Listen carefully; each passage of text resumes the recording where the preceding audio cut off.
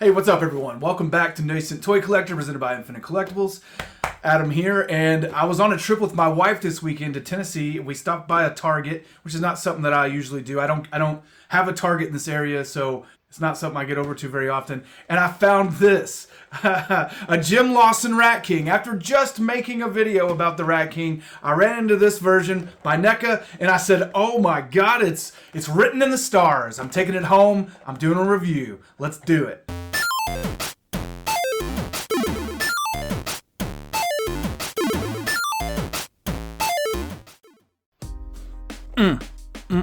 I did not know this thing existed. Apparently came out last year.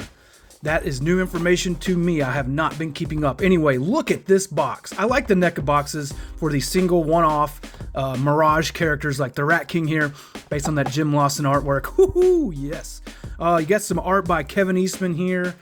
Really awesome stuff. I love Kevin Eastman. Kevin Eastman's great, co-creator of the Ninja Turtles. This is number 16 in the line. On the back, you get some paneling like it's a comic book, and then you get to see who else is in the line. The Wanderer, Casey Jones, and this awesome Baxter Stockman, which I'm gonna have to grab. Here you got the legal stuff on the bottom. You got that awesome logo there on the top. Let's get into this bad boy. Collector-friendly packaging. Ah, there he is. That's really cool how they put the street in there behind it.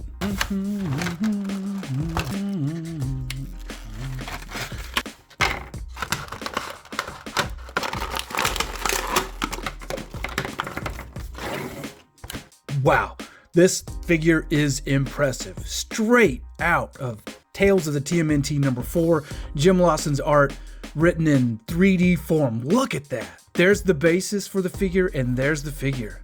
The Mirage figure line is awesome. I'm so happy to add this to my collection. He is clocking in at a good, let's say 6 3/4 inches tall, perfectly scaled to the Lawson TMNT, which I do have, but I've never shown off.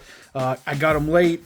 It's been a year, so yeah, haven't got there yet. But man, this thing, I've been so looking forward to it. Let's take a look at him. That paint, that sculpting, wow. It is intense.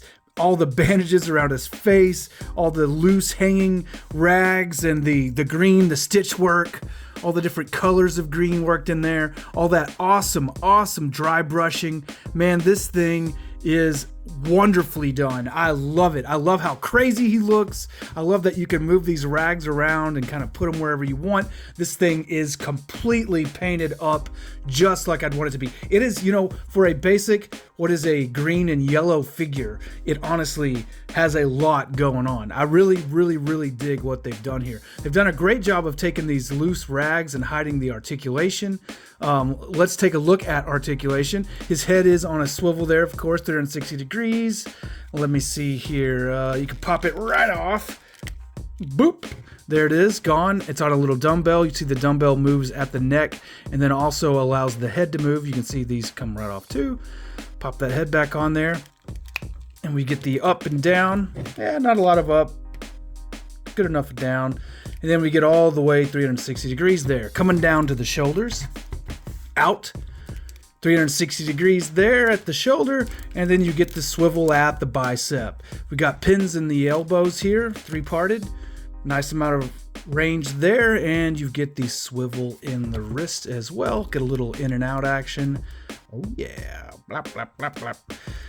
Now here's something I really do like about this figure. It does have the crunch joint, and it also rotates 360 degrees at the waist. I really like that. Coming down, we got the legs. The legs go forward that far and go back that far.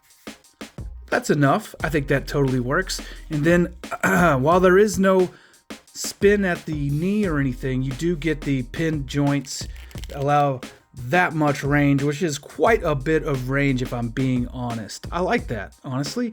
Down to the ankle, back, forth, side to side. Oh yeah, you know how NECA figures work. Now, coming down to these rags, they do fall down pretty easily, but they're also able to kind of pose them the way you want them, and I think that's really awesome. One of my favorite things about this figure is these bulky proportions. This is straight up Jim Lawson's art. I already showed you, but man, I think this thing's awesome. Let's look at the accessories. I'm gonna scoot him back just a little bit. We got an extra head there, as you can see. Nice sculpting to that head. It's a little different, it's a little less crazy. This one looks more like a Kevin Eastman design, maybe a Peter Laird design. I love the hair, I love the detail on that. I mean, the Rat King just does not give a shit. The colors just really pop for me. Really love it. I love the curbiness around the eyes. That's another thing about some of these old... That's one of the things about some of these figures based on the... Especially Jim Lawson's art. Jim Lawson has a lot of Kirby influence, some Jack Kirby influence, and you can really see it in these toys. So there's the head. You get 3 different rats. A standing rat there. Standing rat. Pretty nice. You get a kind of running rat. Let's see if I can hold him tail here. Ah, there he is, the running rat. Nicely done. And then this one appears to getting hit with something. And I'm going to say probably the baseball bat. You can see his tongue sticking out there. Nicely rendered, very nicely done. Very cool sculpt. All right, he has this piece of wood, or what's akin to a baseball bat. He does knock Michelangelo out with something like this in his first appearance. Richly textured, nicely painted. Well done, guys. And then we get some sets of hands. Got some open hands. They're all spotted up and nasty. Yuck. He does have that Nosferatu nasty vibe going on, which I do dig that. And those are, wow, disgusting. You get some grippies. I like to call them grippies. I like the paint work on the knuckles. The rags around the hands look really nice. This one's notably not as dirty as the Super 7 one. Which I really loved how dirty that figure was. These hands are a little cleaner. You have some where he's got his thumbs tucked in. Don't really know what that's all about. Interesting though, there they are. Nicely done. And then you get some closed grips, some more closer grips. Now these are dirtier. Look dirtier around the fingernails and stuff. Nicely done. Nice paint apps on these. I like how they hit the knuckles. They really give it that comic book line art feel. Line tracing, I believe that's called. Here's what I want to see. How does Rat King play with the other NECA Mirage figures? Well, there's Splinter. Ooh, and the Lawson Turtles. Ha, I love them. Oh my god, I haven't got to review them yet. Throw in Casey. Ooh, looking good. I love this. Shredder. Fugitoid. And last but not least, but absolutely the largest, Zog. This is basically my Mirage display. These are these might be my favorite turtles that I own. This group of 4 right here with this Splinter. God, you guys, I know these are the Jim Lawson turtles. There's just something about the size, the sculpt, the shape, the coloring. I love this look. This is one of my very favorite looks of the turtles. This is one of my very favorite collections. I hope NECA continues to crank out quality figures like this. I love this Rat King. He fits right in. I mean, look at him. He fits right in with everything going on here. Fugitoid looks great. Haven't reviewed him. Haven't reviewed the Battle Damage Shredder because I didn't have time. And of course, you can see I've got the Lawson Turtles, which I absolutely love.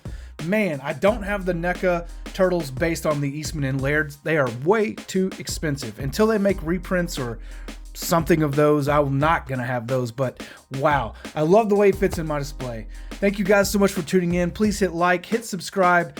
I'll be back with more toy collecting action. You can guarantee it. Thank you so much. Peace out.